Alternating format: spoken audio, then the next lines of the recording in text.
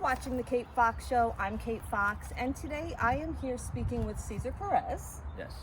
Yes. And Cesar is a musician. I and guess. so much more. I try. Well, hi, thank you for inviting me. It's a pleasure and an honor. Never thought I'd be on here, but here I am. Here you are. Well, because, first of all, and we're going to talk about, obviously, the stage we're on.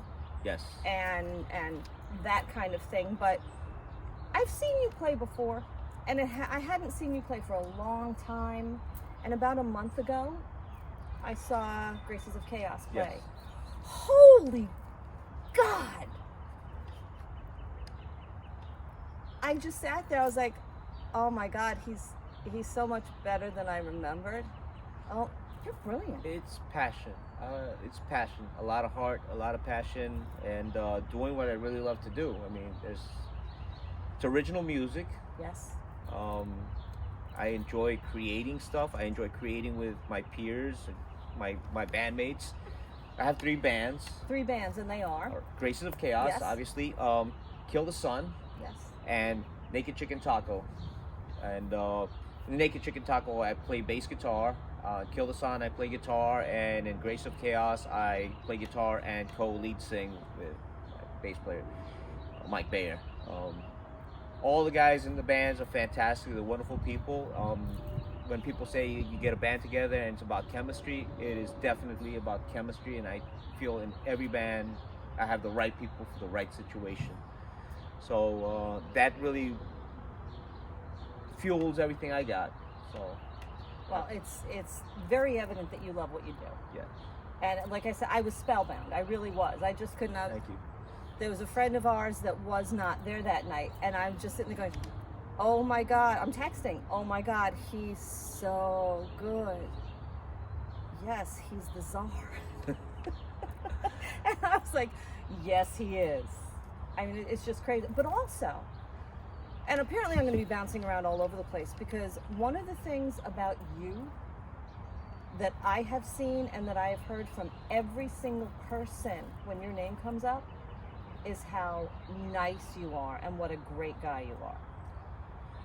I try, you know what, I try to give everybody the same respect, because it's really is, you know, we're in this big giant rock going through the universe, and you get this little moment of time that you get to meet people, and I do enjoy meeting a lot of people, and I love everybody that I meet, you know, and we're doing the same thing music wise, creative wise, you know, not just music, but there's a lot of arts, you know.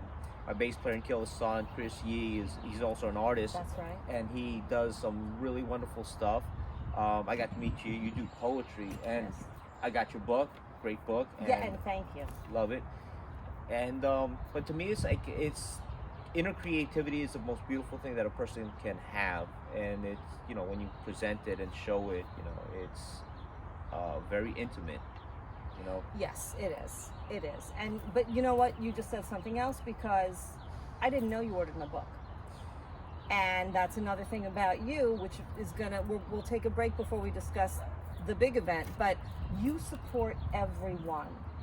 Yes, Everyone. I try to get out there to shows. I see people putting up stuff, and, you know, I try to share it with everybody, because why not? It should be seen. It should be absorbed by everybody, and, you know, shared.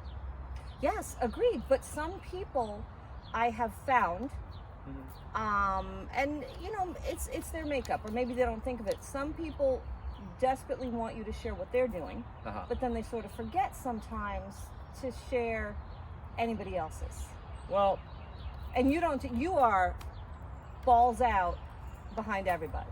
yes. But like I say, you know, you get what you put out. You know, if you're gonna be that kind of person that's just worried about what you got, then, you know, after a while, your audience is gonna run out. You know, where's gonna be your new audience? Where you're gonna have that, you know, new people to come see what you do. To me, it's like one of those things. If you keep supporting everybody else, and they are going to bring people too, and it's going to be a communal thing. Yeah. I grew up in the 80s, obviously went to a lot of shows out in Hollywood and got to see a lot of bands, and it's a different environment then, because it was a scene that was happening. It was, it was on fire at all times. It was, places were always packed, and it became very competitive. So I see where people have that kind of competitive mode in their head. But here now we've evolved, us from the 80s. Now we're in 2020s, and it's a different world. We're doing what we love doing. We're not going to get any record contracts out there, at least not that easy if it's going to happen. But we are going to have an audience. We're going to have people we share the stage with. We're going to have that, opportunity to go elsewhere. Try to invite bands when we're playing in the island. Try to invite bands from the city to come down. If they can't bring anybody, fine. But you know what? Here's an audience that maybe you could encounter, and kind of expect that in reverse too. And invite the island bands all the way out to the city. I mean, we got bands in Jersey, people in Pennsylvania, upstate New York, that are integrating, and that's how we're gonna know about each other. You can only play the same place so many times before the crowd gets tired and says, "All right, we heard this before. Show us something new." But it's good to go out someplace else, and like I always say, even when you play in front of your friends will always tell you sound great. But when you meet those strangers, they're going to be the ones that really put you on your toes and really push for your best. And then, if you're good, they're going to tell you. Yeah, that's a great way to look at it too, though. It's a great way to look at it. Yeah. All right, you know what? We're going to take a quick break, and we'll be right back.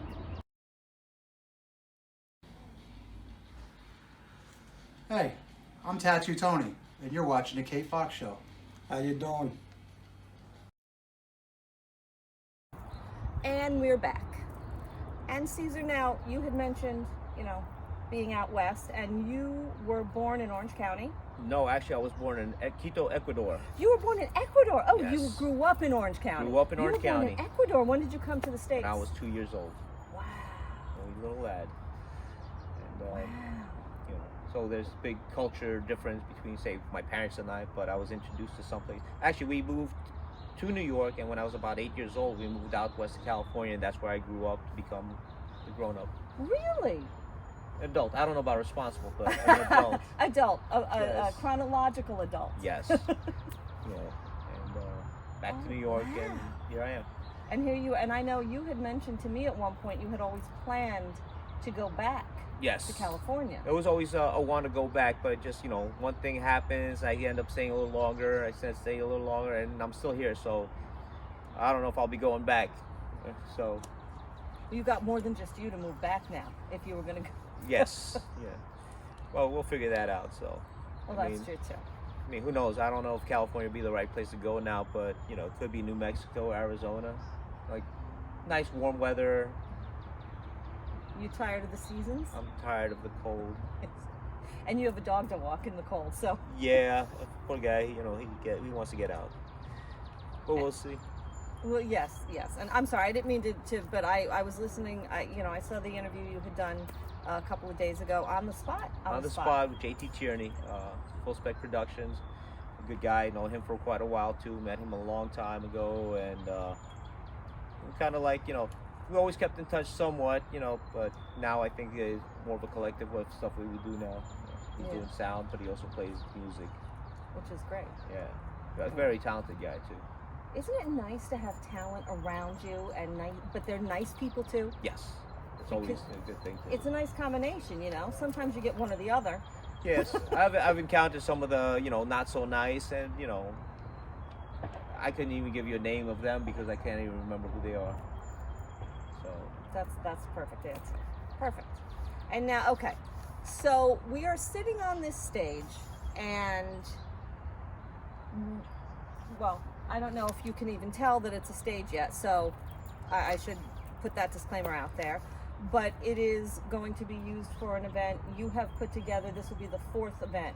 Fourth event, Decay and Decadence. Decay and Decadence. This is going to be the fourth one. Let me give you a little brief history on Decay and Decadence. It started back in 2019.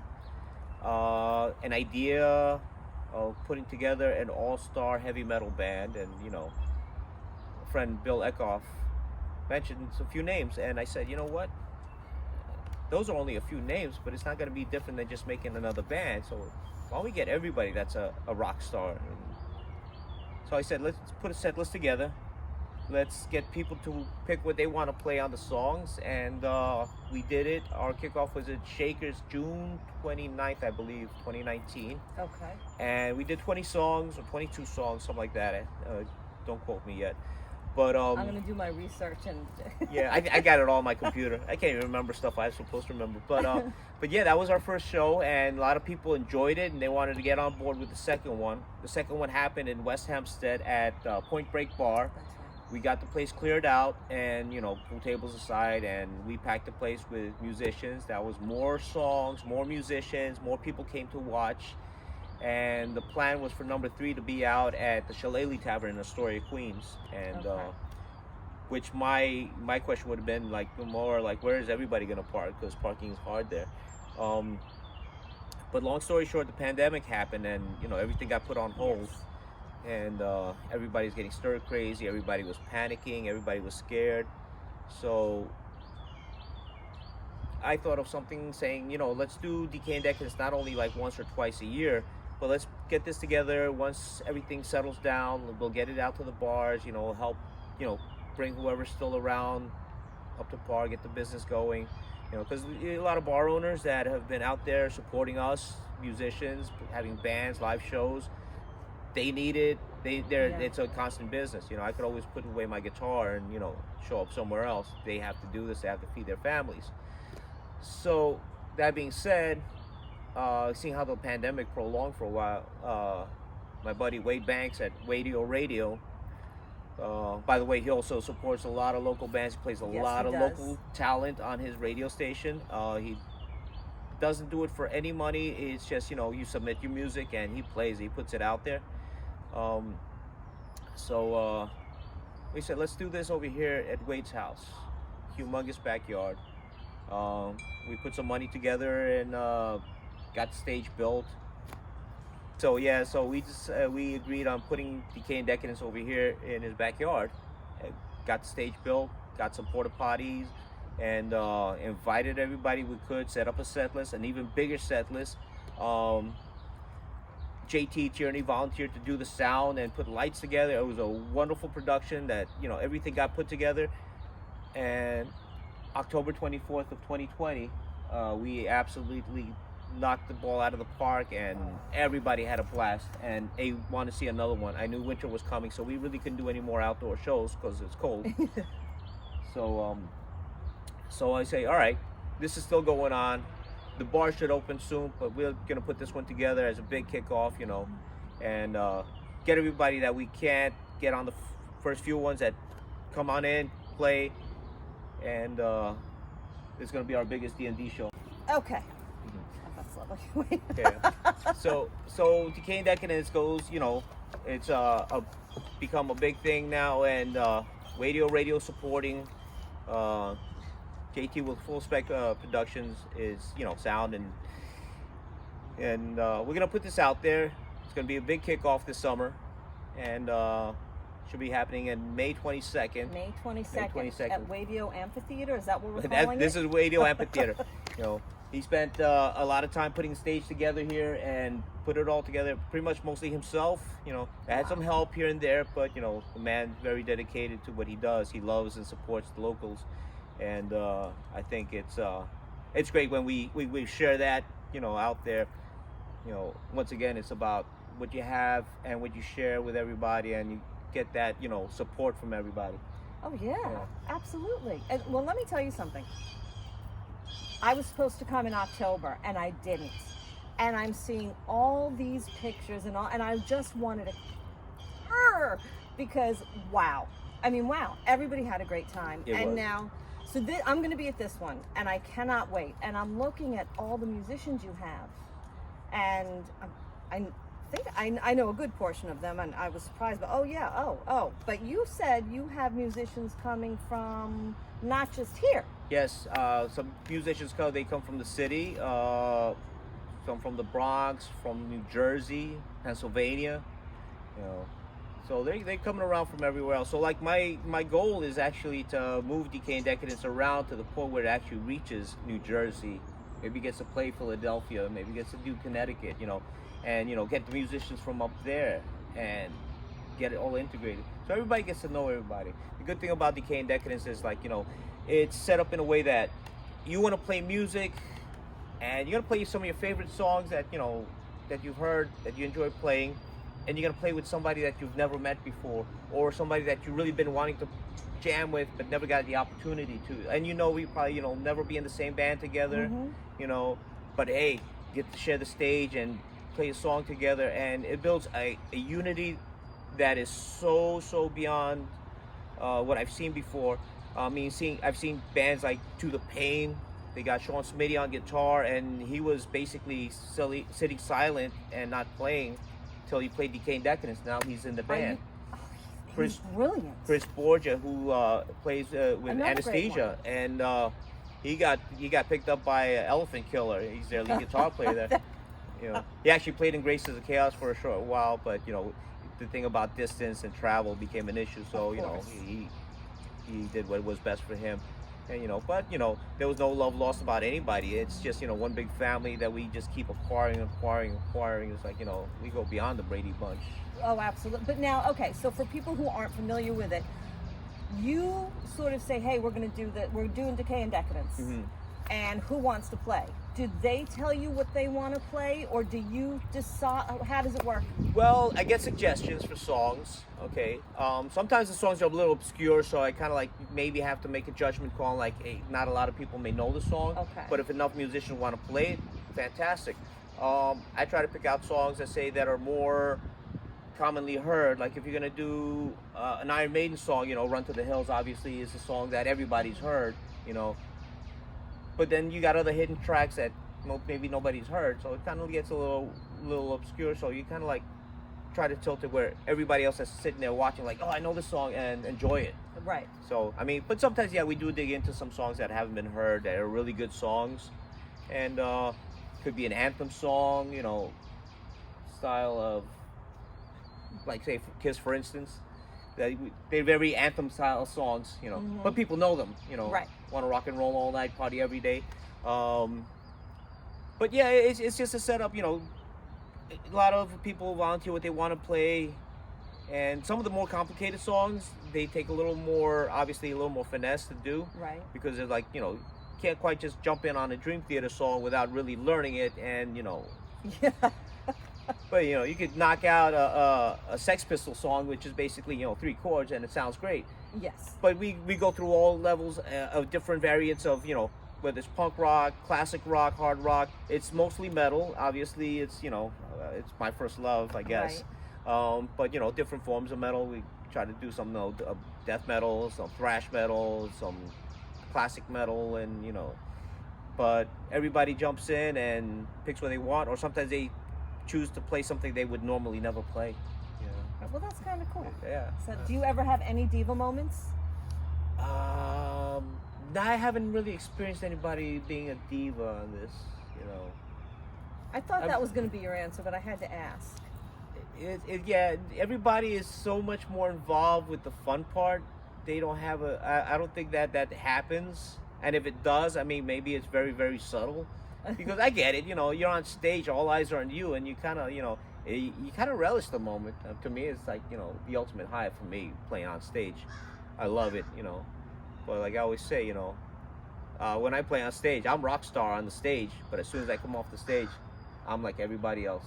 And, you know, that's it. That's a great attitude. You know? That's a great attitude. You know what? I want to take one more break. Sure. And we'll be right back. All right.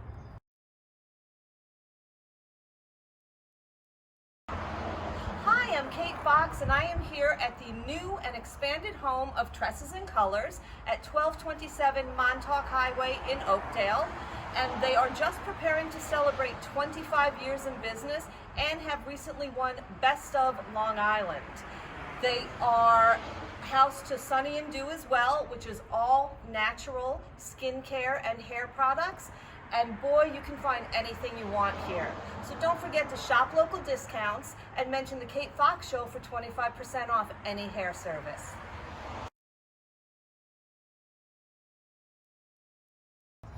And we're back. And now, before I ask you any more about Decay and Decadence, I'm backtracking for a second because you're a heavy metal man. Yes. Your son's a rapper? Yes.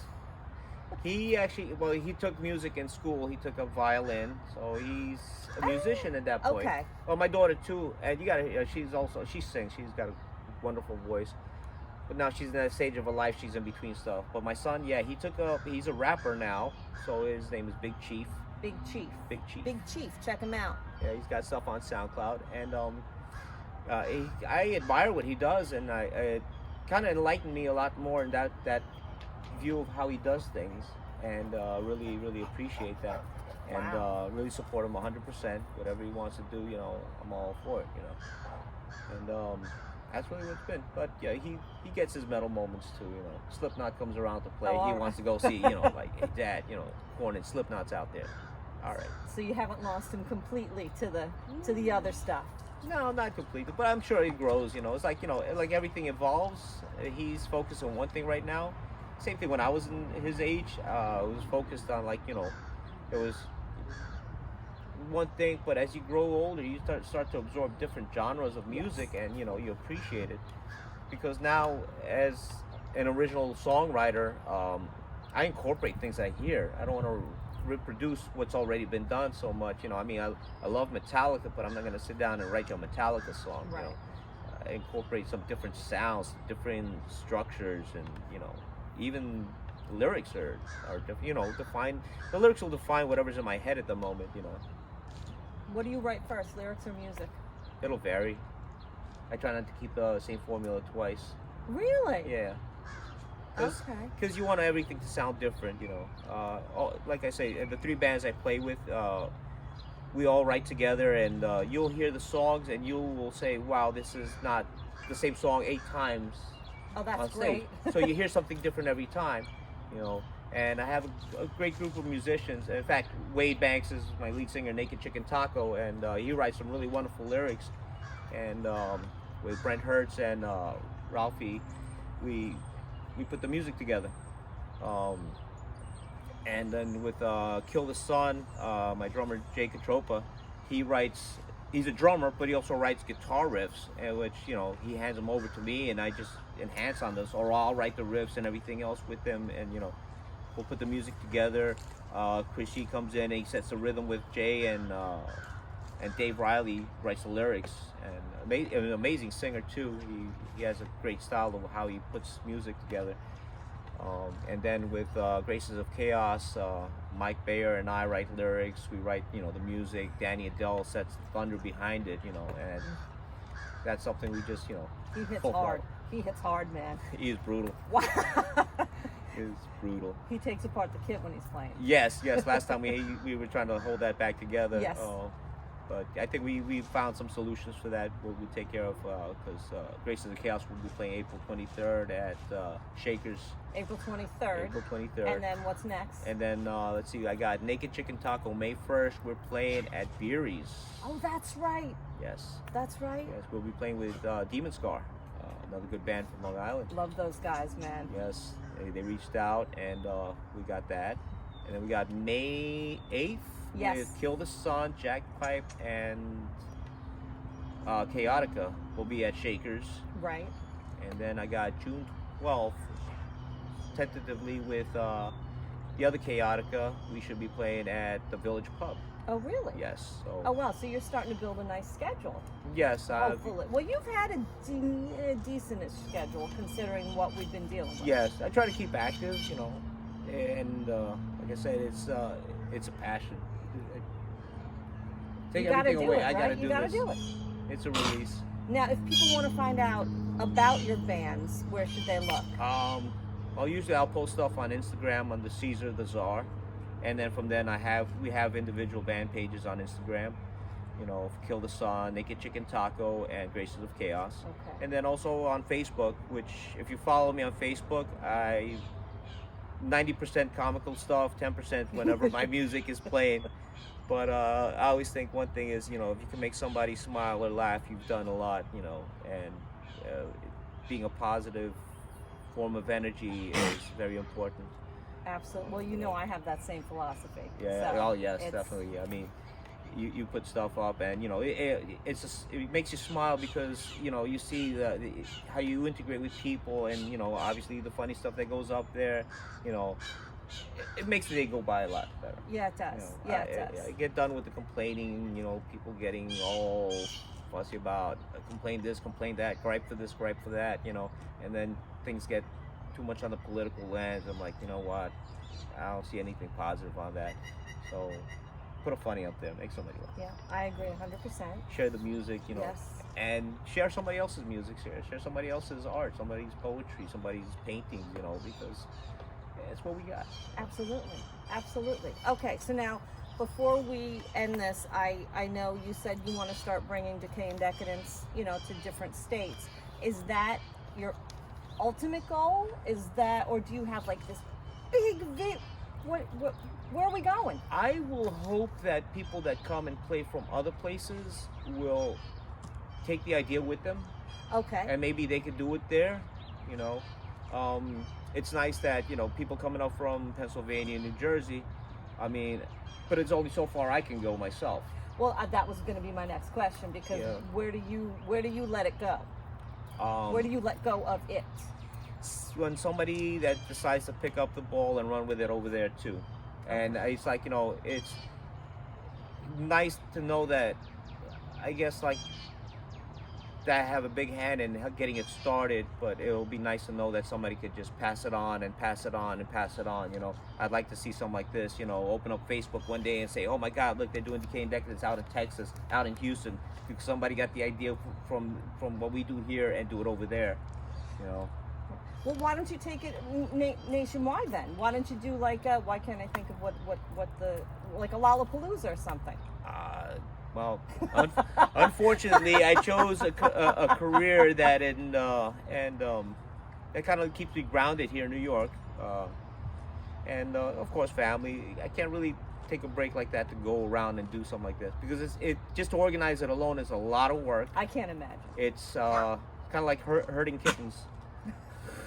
Well, but musicians are worse than kittens, so yeah. Sorry guys. Point taken, but understood though. But it's like that though, and if somebody else could take this idea and do it, make it work over there, fantastic, because it brings up the music scene, it brings up everybody to know everybody. I hate to see a band that goes up and plays at a place and there's only like 3 people listening to them, because 3 of the guys brought their wives and nobody else is there to watch them. It's great when you get to meet people and say, hey, look, so and so's playing stuff. Yeah, let's show up over there. Show some support. And keep the scene alive. Because if you don't do that, the bars are gonna want that pay to play back again. And I think that's pretty much almost gone. But if they want to do the pay to play, I think they should reconsider the fact that if we could pack the place, yes, musicians can get paid. Well, yeah. And yes, the bars will make money, and that's the goal, to keep it there. I don't want to be renting out the place. No, well, you shouldn't be, because you're the entertainer. Exactly. You're not an employee. You're coming in for one Exactly. thing. So if we can't pack the place and nobody shows up, it shouldn't be out of our pockets. We do this. It's our passion. Why should we be penalized for it? Absolutely. And if we're gonna, like I said, I want to bring bands from the city to play in the island and bands from the island to play in the city, because I'd like to do some other shows that just involve just bands. They shouldn't be penalized for jumping in the cars, traveling 30-40 miles to go play a place just because they couldn't bring anybody, but at least show up there and have an audience that's there already and let it break loose there. Absolutely. Well, I have a place in New Jersey I want you to play. So we'll talk about that later. Fantastic. Count me in. So I want to say thank you for talking to me. I cannot wait for Decay and Decadence, even though I'm going to see you sooner, obviously. Yes. And but this is the event. It is the event. The event. And we will there's have so many pictures. wonderful people out there that are going to participate. A lot of wonderful people that come to watch. A lot of wonderful people that are going to supply. We're going to have food, drinks, and this is just going to be a kickoff. We're going to, basically, to COVID, because now it's we're taking this back. It's coming back to us. People feeling more comfortable out there. The vaccinations are happening. places are gonna open up, and we're gonna come in and we're gonna storm the castle. I like that. We're going to storm the castle. Yes. Oh, thank you for talking to me. Kate, thank you so much. Check him out, Cesar Perez. AKA Cesar the Czar. Thank you. Thank you.